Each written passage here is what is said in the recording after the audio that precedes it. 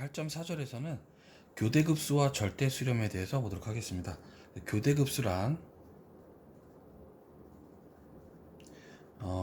우리가 모든 n에 대하여 an은 0보다 크거나 같아요. 그렇죠? 양항급수죠. 근데 우리가 부호가 결정되는 거죠. a1 마이너스 a2 플러스 a3 마이너스 a4 이런 식으로 이렇게, 또는 마이너스 a1 플러스 a2 마이너스 a3 플러스 a4, 그렇죠? 이렇게. 그래서 an들은 다 양수인데 앞에 부호가 결정되는 것들, 그 부가 플러스가 마이너스 이렇게 교대로 나오는 거죠. 이럴 때 우리는 교대급수 이렇게 얘기를 합니다. 교대급수의 판정법이 나오는데, 교대급수의 판정법은, 자, 여기서 나오는 an은 지금 양화급수예요. 여기다가 앞에 마이너스 1에 뭐 n-1제곱 이렇게 부호를 결정해요. n에 따라서 부호가 결정되는 거죠. 그랬을 때 우리가 이 일반항들은 점점점 0으로 가까이 가고 있어요. 그렇죠? 그러니까 앞항보다 뒤항이 더 작아지면서 결국은 0으로 수렴을 한다는 겁니다. 그렇죠? 그래서 우리가 이 교대급수가 이렇게 일반항이 점점 줄어들면서 0으로 수렴하면, 그렇죠? 수렴하면 이 급수는 뭐 하더라? 수렴을 하더라라는 거죠. 이렇게. 그래서 여기서 봤을 때 지금 이 급수는 시그마 n이 1부터 무한대까지 마이너스 1에 뭐 n-1제곱, 그렇죠? 처음에 플러스부터 나오니까, 그리고 여기에 n분의 1 이렇게 되는 거죠. 그래서 여기서 우리가 an은 부호를 보는 게 아니라 n분의 1 이놈만 보는 거예요. 그렇죠? 그래서 이거인 우리가 뭐더라? 급수이더라는 거죠. 교대급수가 되겠죠. 그렇죠? 따라서 우리가 뭘 판단할 거냐면 점점 줄어드느냐라는 건데, 모든 n에 대하여 an, 즉 n분의 1이죠. 그 다음에 an 플러스 1, 그렇죠? n 플러스 1분의 1이니까 더 작아지고 있어요. 그렇죠? 그리고 다음에 리미트 n이 무한대로 갈 때 an 이런 걸 보면, 리미트 n이 무한대로 갈 때 n분의 1이니까 0으로 수렴을 하죠. 따라서 위 급수는 우리가 수렴을 하더라. 누구 때문에? 교대 급수 판정법. 이런 식으로 우리가 얘기를 할 수 있더라라는 겁니다. 그러니까 교대 급수는 부호를 보는 게 아니라 이렇게 우리가 일반항, 그렇죠? 부호를 뺀 일반항이 점점 감소하면서 0으로 수렴하는지 얘를 판단하자라는 겁니다. 자, 두 번째 문제는 지금 첫 번째 a 여기 부호가 있고요. an을 우리가 4n 제곱 마이너스 3분의 2n이라고 하죠. 그럼 여기서 우리가 두 가지를 봐야 되는데, 모든 n에 대해서, 그쵸? 리미트 일단 쉬운 것부터 보도록 하죠. n이 무한대로 갈 때 4n 제곱 마이너스 3분의 2n, 이러면 당연히 분모의 차수가 더 크니까 0으로 수렴을 해요. 그렇죠? 그리고 얘가 감소함수인 것으로 보여야 되는데, 감소함수 보일 때 우리가 이런 식으로 보이기도 해요. fx를 4x의 제곱 마이너스 3분의 2x라고 하자는 거죠. 그랬을 때 f'x는 미분을 보는 거죠. 즉 미분의 우리가 감소함수를 보여서 미분값이 0보다 작다는 거 보이면 되는데, 분모의 제곱 분의 분자 미분 곱하기 분모, 그렇죠? 그 다음에 마이너스의 분자 곱하기 분모의 미분이니까 8x 이게 되겠죠. 그래서 얘는 4x의 제곱 마이너스 3의 전체의 제곱 분의 8x 제곱 16과 마이너스 8x의 제곱, 그 다음에 마이너스 6 이렇게 되겠죠. 분자는 항상 양수이지만 분모는 우리가 일반적으로 n이 뭐 1, 2, 3, 4 이렇게 갈 테니까, 그렇죠? 1보다 큰 걸로 보는 거니까 얘 같은 경우는 무조건 음수가 돼요. 즉 얘가 감소이더라라는 거죠. 그렇죠? 이렇게 함수를 통해서 우리가 볼 수 있더라라는 겁니다. 따라서 우리가 지금 극한, 일반항의 극한 0으로 수렴하고, 이 함수도 지금 감소함수니까 이 급수는 뭐하더라? 수렴하더라라는 거죠. 마찬가지로 여기서도 교대 급수 판정법 얘를 썼어요. 자, 두 번째는, 자, 일반항을 우리가 사인의 2n 분의 파이 이렇게 보도록 하죠. 마찬가지로 리미트 n이 무한대로 갈 때 사인의 2n 분의 파이, n이 무한대로 가면 무한대분의 파이니까 0으로 가요. 그렇죠? 사인 0으로 수렴을 할 거고, 사인 0은 0이죠. 그렇죠? 이렇게. 그리고 자, an은 사인의 2n 분의 파이가 되고요. an 플러스 1은 2n 플러스 2가 되겠죠? 파이. 이렇게. 얘가 an 플러스 1인데, 지금 보면 사인의 함수는 실적으로 지금 이러한 함수거든요. n이 커질 때마다 그러니까 음수로 가는 게 아니라 점점 이렇게 여기 있는 점 이런 식으로 이렇게 줄어드는 거죠. 이렇게 해서 0으로 갈 거예요. 그렇죠? 그러니까 지금 요 함수 극한 0으로 간다고 했으니까 점점 부모가 커지면 이렇게 점점 오면서 점점 줄어들고 있어요. 그래서 얘도 감소함수다라는 거죠. 그렇죠? 그래서 이 급수가 뭐하더라? 수렴하더라 라는 겁니다. 얘도 마찬가지로 교대 급수 판정법 이런 걸 봤어요.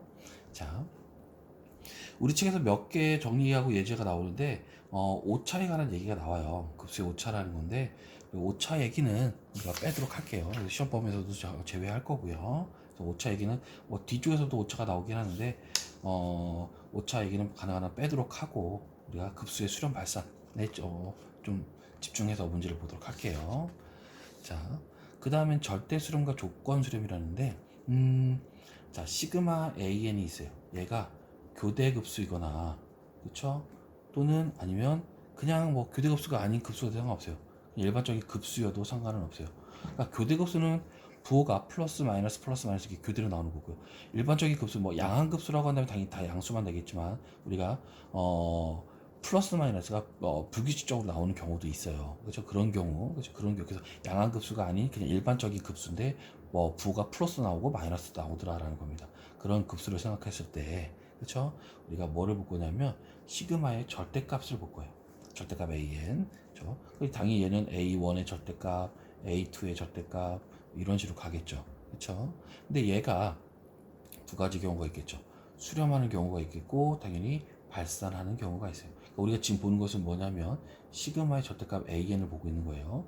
얘가 수렴하는 경우, 발산하는 경우가 있는데 수렴을 할 때는 우리는 시그마 AN을 우리가 절대값을 취했을 때 수렴했으니까 절대 수렴 뭐 이렇게 얘기를 하고요. 다음에 시그마 절대값 AN이 발산할 때는 우리는 조건 수렴이라고 말을 합니다. 조건 수렴은 뭐냐? 절대 나중에 정리가 나오겠지만 절대 수렴을 하면 시그마 A에는 당연히 수렴을 하게 돼요. 그렇죠? 나중에 정리 한번 다시 나올 거예요. 그렇지만 이 시그마 절대값 AN이 발산을 하게 되면 시그마 A에는 수렴할 수도 있고 아니면 우리가 발산할 수도 있어요.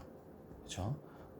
근데 아무튼 우리는 이것을 시그마 AN의 수렴 발산은 따로 체크를 해야 되는 거고 우리가 시그마 A 절대값 AN이 발산을 하더라라고 한다면 그때 시그마 AN은 조건 수렴을 하더라라는 거겠죠. 어떤 조건이 필요할 때만 수렴을 하고 어떤 조건을 만족하지 못하면 발산한다. 뭐 그런 의미로 받아들이면 될 것 같아요.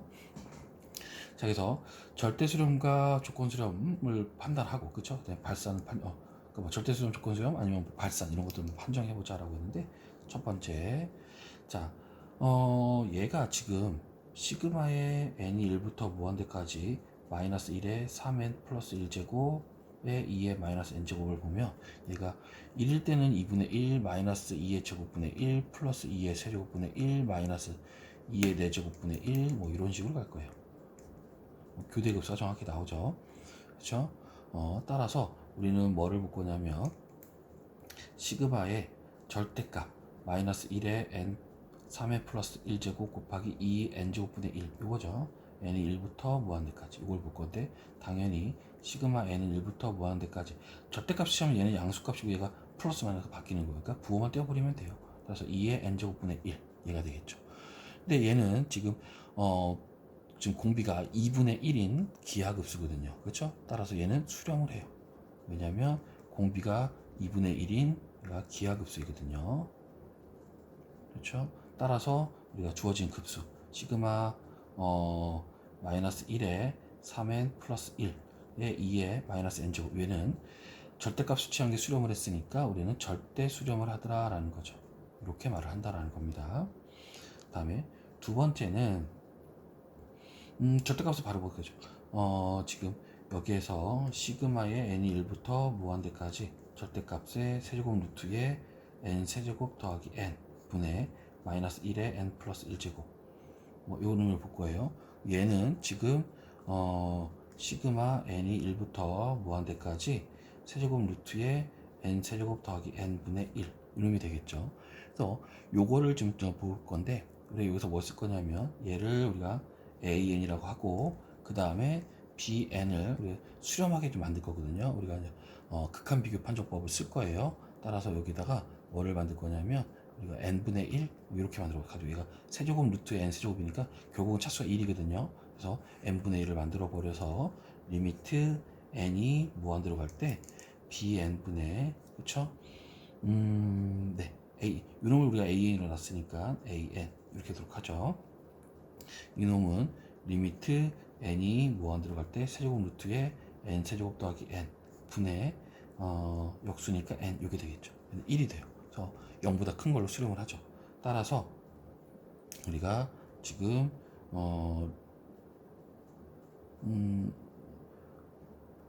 이 급수 bn하고 an은 지금 극한 비교 판정법에 의해서 우리가 뭘 볼 거냐면 동시에 수렴하거나 동시에 발산하는데 시그마 지금 n이 1부터 무한대까지 n분의 1은 발산하니까 그쵸? 누구도 시그마 an도 발산하더라 라는 겁니다. 그쵸? 그래서 얘 같은 경우는 지금 누구 시그마 n이 1부터 무한대까지 세제곱 루트의 n 세제곱 더하기 n 분의 마이너스 1의 n제곱 n 플러스 1제곱 이놈은 조건 수렴을 하는 거죠. 그렇죠? 자 그리고 여기서 하지만 비교할 게 좀 있네요. 하지만 시그마 an이 우리가 이놈을 보면 우리가 얘가 나중에 우리가 교대급수 판정법을 보면 교대급수 판정법을 좀 써봐야 돼요. 얘가 수렴을 합니다.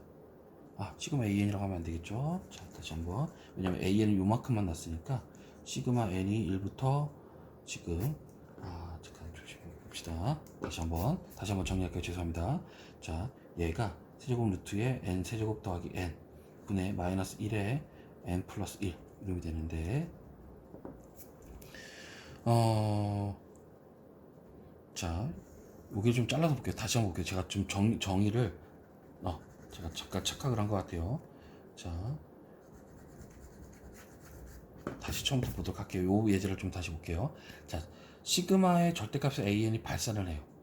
하지만 그러면서 시그마 an은 우리가 뭐 하더라? 지금 수렴을 하더라 라는 거죠. 그랬을 때 시그마 an을 우리는 조건 수렴이라고 말을 해요. 제가 정의를 지금 잘못 말을 했어요. 다시 한번 고정할게요. 자, 시그마의 절대값 an이 지금 발산을 해요. 그렇지만 원래 주어진 급수는 우리 뭐 하더라? 수렴을 하더라 라는 겁니다. 그랬을 때 이 시그마 an을 조건 수렴한다라는 거죠. 그래서 우리가 지금 이 문제 다시 돌아오면 bn을 잡아서 봤더니 극한 비교 판정법에 의해서 시그마의 n분의 1은 발산했으므로 시그마 an은 발산하게 돼요. 그렇죠? 그래서 절대값을 취한 놈은 발산하게 되지만 실제로 이 놈은 우리가 수렴을 하게 되거든요. 교대급수 판정법을 우리가 한번 써보면 얘가 수렴한다는 걸 볼 수 있을 거예요. 그렇죠? 그래서 우리가 따라서 얘는 우리 뭐 하더라? 조건 수렴하더라 라고 말을 하는 거죠. 자, 이런 식으로 정의를 다시 해야 되겠어요. 자, 그 다음에 우리가 아까 잠깐 얘기 나왔던 것처럼 우리가 절대 수렴에 관한 정의인데 시그마의 절대값 an이 수렴을 하면 시그마 an도 수렴하더라는 거죠. 그러니까 아까 시그마의 절대값 an이 수렴한다는 얘기는 우리가 뭐라고 했어요? 절대 수렴한다라는 얘기였거든요. 그래서 절대 수렴을 하면 우리가 뭐 하더라? 원래 주어진 급수도 수렴을 한다. 그래서 절대 수렴만 보이면 되겠더라라는 거죠. 그래서 예제 같은 경우는 시그마 n이 1부터 무한될 것 같대 n제곱분의 코사인의 n제곱 이렇게 되어 있어요. 그래서 an을 n제곱분의 코사인의 n제곱 얘는 코사인 값에 따라서 플러스가 나올 수도 있고 마이너스가 나올 수도 있고 항상 플러스 마이너스가 그대로 나오는 것도 아니에요. 그렇죠?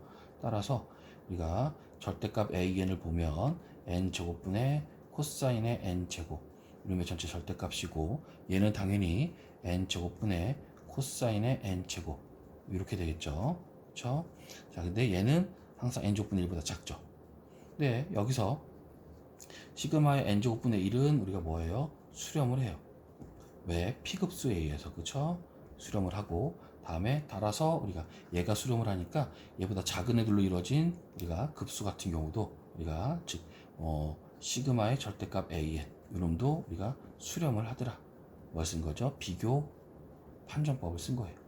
그쵸?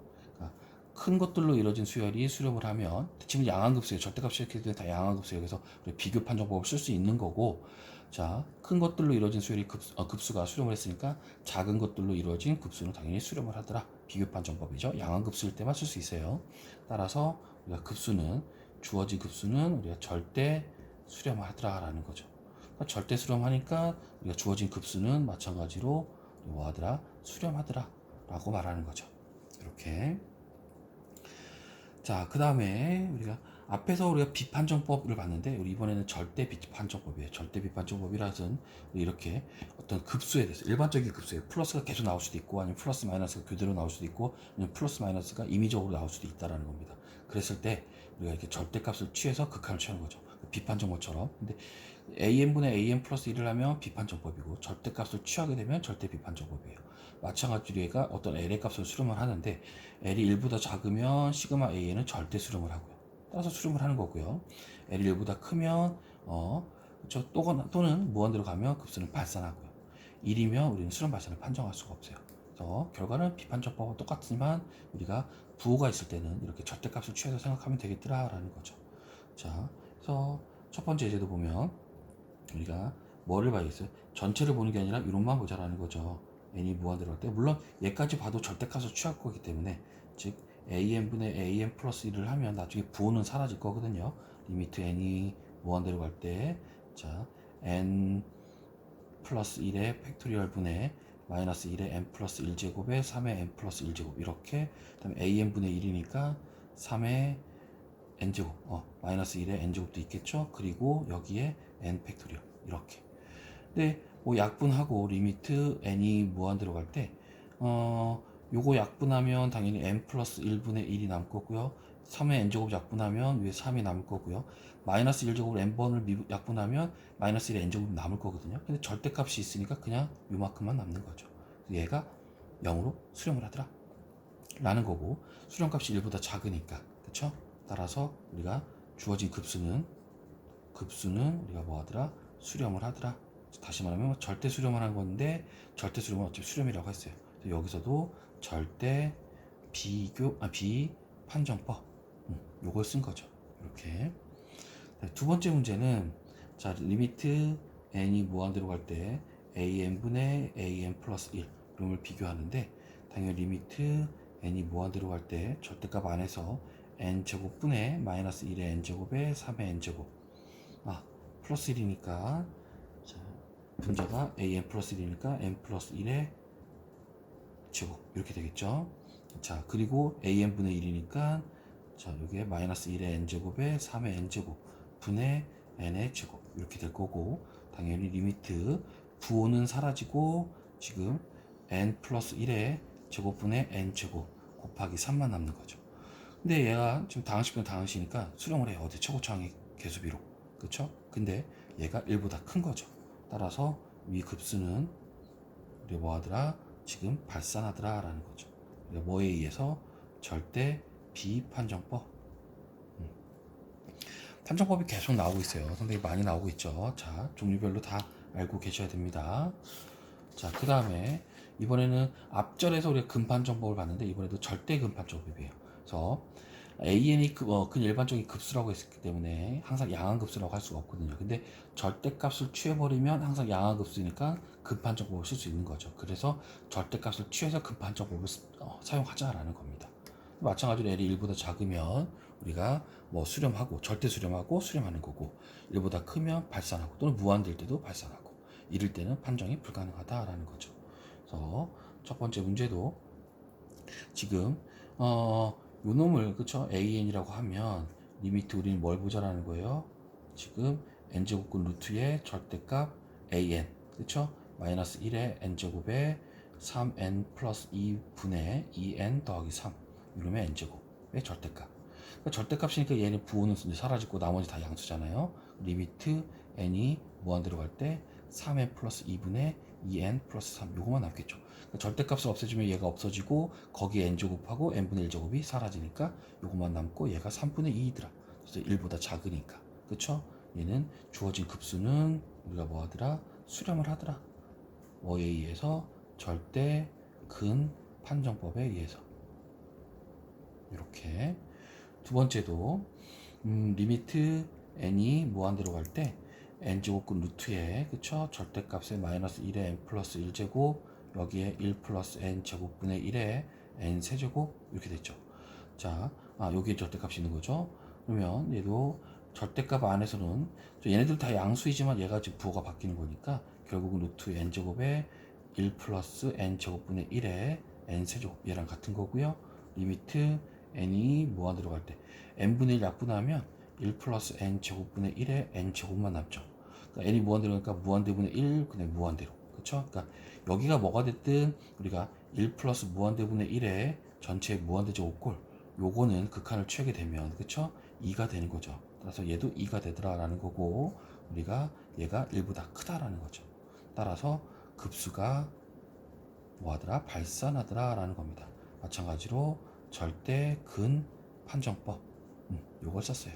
네, 이런 식으로 해서 우리가 이번에는 앞절에서는 양한급수만 생각을 했는데 지금은 우리가 교대급수 또는 일반적인 급수예요. 그냥 일반적인 급수라고 했기 때문에 부호가 뭐가 나올지 모른다라는 거죠. 그래서 양한급수가 아닌 급수에 대한 우리가 판정법 이런 것들을 좀 봤습니다.